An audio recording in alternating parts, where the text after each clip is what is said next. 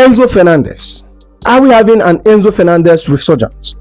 Because, brother, in the last 6 games across all competition, Enzo Fernandez has had 3 assists against Noah, 1 assist against Arsenal, a goal and assist against Leicester, a goal versus Aston Villa, an assist against Southampton, a goal against Tottenham in our last match. Bro, like, this guy, I think he needs to be talked about. He needs to be talked about because not so long ago he was written off. He was being tagged not so good to be in the Chelsea starting 11. He was being tagged being the second choice midfielder. He was being tagged that he's relegated to the B team and stuff like that. But brother, since we sank the Noah's Ark and that brother divorced his wife, he has been on hot red form. I'm not even talking about stat padding, brother. If you watch Enzo Fernandez on eye test, you could see he's really, really, really good. When the disrespect is loud, I expect the respect or the acknowledgement to be the same. And I think Enzo Fernandez is not being talked about because the amount of disrespect this brother has received over the months. He has been tagged a flop. He has been called all sorts of names. Obviously, we're pulling some tweets where he was insulted and called a flop.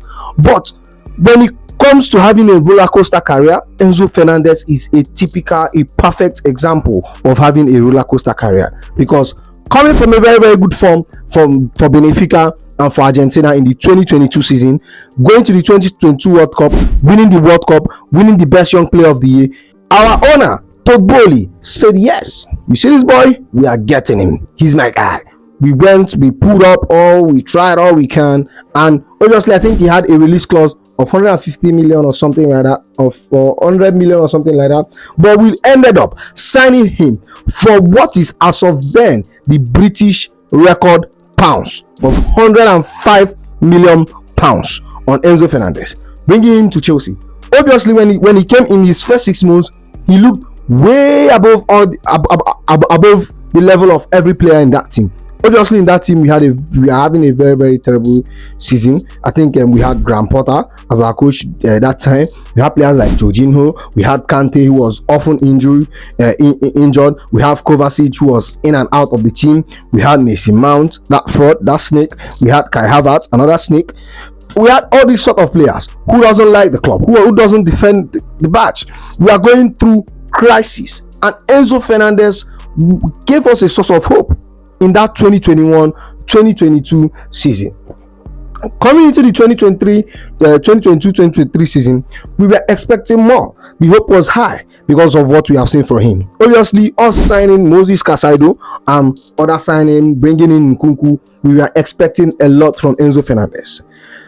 Give it that last season, he played most of our matches with hernia injury. He was injured on hernia, and let me tell you, he was really, really rubbish last season. He wasn't good. He was often insulted. He was being called. Enzo Fernandez has 0 goals and 0 assists in Chelsea's last 7 matches. 120 million wasted successfully. Now here is another tweet. Enzo Fernandez, another player who was the part of the rigged World Cup in Qatar.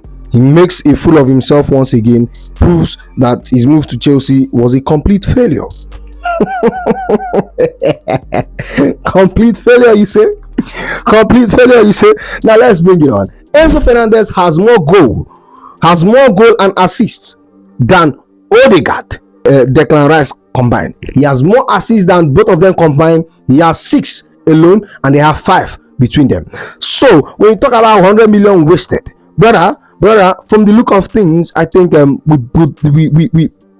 we bought that player for cheap. Given that some club bought 100 million winger who hasn't done anything for them. If some club could pay 100 million for Anthony, I think we should pay 500 for Enzo. You get me? We should pay 500 for Enzo. See the resurgence of this brother. Since Enzo Fernandez divorced his wife, Enzo Fernandez was married, 6 goals in 75 games. Enzo Fernandez was single, 6 goals in 6 assists in 5 games. Brother, are you thinking what I'm thinking? See, I think this proves me right. There is a reason why God himself that created women, he doesn't have a wife. Even devil himself, there was no record that he has a wife. I'm not saying you shouldn't have a wife. You get me? Moral story. You don't go here for my mouth. So let's get back to business. So this has been Enzo Fernandez's performance since Noah for both club and country. For Noah, he played 45 minutes, dropping an 8.6 rating according to SofaScore, having 3 assists in just first half. That is ridiculous. That's cray. Against Arsenal, he came in. He played for 23 minutes. He came in as a sub for Romelu, assisted Pedro Neto for the goal that equalized us and get us on a level point against Arsenal. Dropped a 7.1 performance rate. And then against Leicester City, he played for 90 minutes. He dropped a 9.0 rating. The man of the match performance. 1 goal and 1 assist. It doesn't get better. We moved on against Aston Villa, where I think he was one of our best players. I think he has a very, very good performance. He dropped a 7.5 rating, played for 90 minutes, had 1 goal and 0 assists. Yeah. And then against Tottenham. Against Aston Villa, I think he had an assist. Against Tottenham, here they go. Yeah. Here they go. Enzo Fernandez. Maybe I'm gassed up. Maybe I'm hyped. But I think maybe it's too early for me to say, yeah, he's back. But from what I'm seeing, like I said, it's not just stack padding. Bro, from the eye test, you can see this brother is good. You can see he's good. And this is somewhat of a apology and appreciation video for Enzo. You get me? I just want, let's let him keep up to this good form. And as you can see, since he has been on form, Kopama has had more game, because when all the players when the teams are planning how to mark out Kopama on the game, you're obviously creating a very, very good space for Enzo Fernandez to punish you if you have him on the team. Aston Villa tried to mark out Kopama on the game, Enzo Fernandez punished him. Leicester City tried to mark out Kopama on the game, Enzo Fernandez punished him.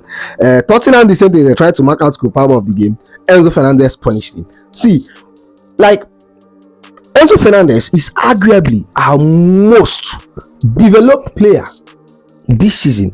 Most developed, because where he was at last season, there was a lot of conversation about, cutting our loss, about selling him, about moving him to Madrid. Obviously, there were interests from Madrid, there were interests from Barca.